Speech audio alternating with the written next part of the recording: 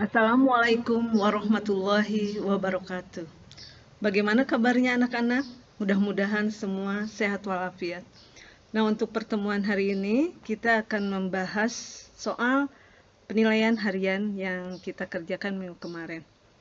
Nah, sebelumnya silahkan untuk melakukan absensi pada kolom komentar YouTube dengan format sebagai berikut: nama, kelas, hadir, kemudian pertanyaan. Apabila ada yang belum dipahami, silakan bertanya. Nah, kita bahas satu persatu soal yang kemarin. Yang pertama yaitu konflik dan pergolakan bangsa Indonesia yang berlangsung akibat ketegangan politik selama rentang tahun 1948 sampai 1965. Ini sangat penting bagi kita generasi penerus untuk mempelajarinya, agar kita mendapatkan hikmah dan pelajaran sehingga tragedi seperti itu tak terulang kembali pada masa kini, di masa yang akan datang. Dari beberapa konflik dan pergolakan yang terjadi, ada yang berkaitan dengan ideologi, konflik kepentingan, dan keuntungan golongan, kemudian sistem pemerintahan, dan lain sebagainya. Yang termasuk konflik dan pergolakan yang berkaitan dengan ideologi adalah, nah, jawaban yang paling tepat yaitu yang B, yaitu pemberontakan PKI Madiun tahun 1948 dengan pemberontakan G30S PKI. Karena ini ideologi komunis yang sangat membahayakan dan harus dilenyapkan dari bumi Indonesia. Kemudian untuk soal nomor 2. Pelajaran yang dapat kita ambil setelah mempelajari perjuangan bangsa Indonesia dalam menghadapi ancaman disintegrasi bangsa, ini yang pertama, kita harus menyadari potensi disintegrasi bangsa pada masa kini bisa saja benar-benar terjadi kalau antara kelompok saja sudah saling menghujat. Berbeda pilihan dalam pilpres saja sudah saling bermusuhan dan saling menjatuhkan. 2. Harus selalu waspada dan berupaya menguatkan persatuan bangsa agar tidak mudah diprovokasi, dihasut, diadu domba, dan menjadi alat kekuasaan suatu kelompok tertentu. 3. Sejarah Indonesia telah menunjukkan bahwa proses disintegrasi bangsa merugikan dari tahun 1948 sampai 1965. Gejolak yang timbul karena persoalan ideologi, perbedaan kepentingan, atau berkaitan dengan sistem pemerintahan telah berakibat pada banyak kerugian baik itu fisik, materi, mental, ataupun tenaga. 4.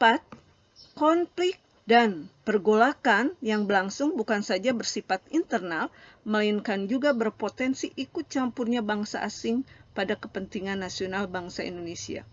5. Kita harus selalu bersyukur dengan apa yang telah diberikan Allah Subhanahu wa Ta'ala terhadap bangsa Indonesia yang masih tetap bersatu dengan kekayaan alam yang melimpah, kebudayaan yang beraneka, keberagaman, keyakinan, berbagai bahasa, etnik, beribu suku bangsa, dan kekayaan lainnya.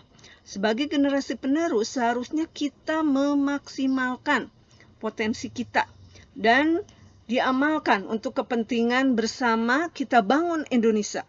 NKRI harga mati. Nah, dari pernyataan di atas, pernyataan yang paling tepat itu ditunjukkan oleh nomor 1, 2, 3, dan 5. Jawabannya E. Pertanyaan berikutnya, salah satu penyebab timbulnya gerakan DITII di Jawa Barat adalah, nah ini ada kaitannya dengan perundingan Renville, di mana salah satu pernyataannya bahwa masyarakat yang berada di belakang garis panmuk itu harus mengosongkan wilayahnya. Nah, sedangkan kelompok Hizbullah dan Sabilillah itu menolak. ya, menolak untuk mengosongkan Jawa Barat ketika pemerintah menugaskan untuk hijrah ke Jawa Tengah. Nah, jawaban yang betul yaitu yang A. Nomor berikutnya, latar belakang terjadinya pemberontakan APRA di Bandung 23 Januari 1950 adalah sebagai berikut. Nah, jawaban yang salah di bawah ini yang tidak sesuai. Sedangkan jawaban yang betulnya yang pertama, adanya pertentangan antara TNI dengan KNIL dalam APRIS. APRIS itu Angkatan Perang Republik Indonesia Serikat. Kemudian adanya perbedaan pendapat antara kelompok unitaris yang ingin mempertahankan negara kesatuan dengan kelompok federalis yang menginginkan negara Indonesia itu berupa federal, terdiri dari 16 negara bagian. Kemudian tuntutan agar APRA dijadikan sebagai tentara Pasundan tidak ditanggapi pemerintah. Kemudian Westerling menolak dibubarkannya negara Pasundan dan mempertahankan negara federal. Nah, jawaban yang salah yaitu menuntut negara Pasundan merdeka ditolak oleh pemerintah. Soal berikutnya, tujuan gerakan DITI yang dipimpin oleh Kartosuwiryo adalah mendirikan negara berdasarkan hukum-hukum Islam. Kemudian, Sudirman mendapat gelar Panglima Besar berkat usahanya, yaitu memimpin para tentara untuk melakukan gerilya sampai titik darah penghabisan. Soal berikutnya, bekas pasukan KNIL maupun peta dari bangsa Indonesia memiliki andil besar bagi perjuangan kemerdekaan, karena pasukan bekas KNIL dan peta menjadi kekuatan militer tangguh Republik Indonesia. Jenderal Soeharto memiliki peran yang besar ketika terjadi peristiwa G30 SPKI. Sebab Jenderal Soeharto mampu mengembalikan stabilitas negeri setelah upaya kudeta.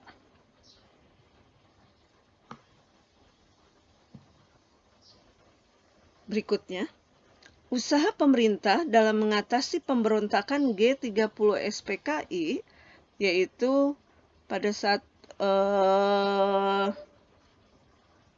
terjadinya pemberontakan di antara petinggi militer yang selamat, yaitu Pak Soeharto. Pada saat itu memberikan komando kepada seluruh TNI untuk mengamankan ibu kota Jakarta dari gerakan 30 September.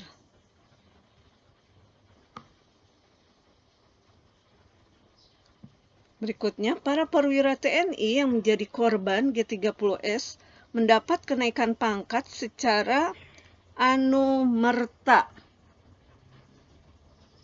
dan gelar pahlawan revolusi sebab para korban telah mengabdikan hidup untuk membela NKRI dan Pancasila.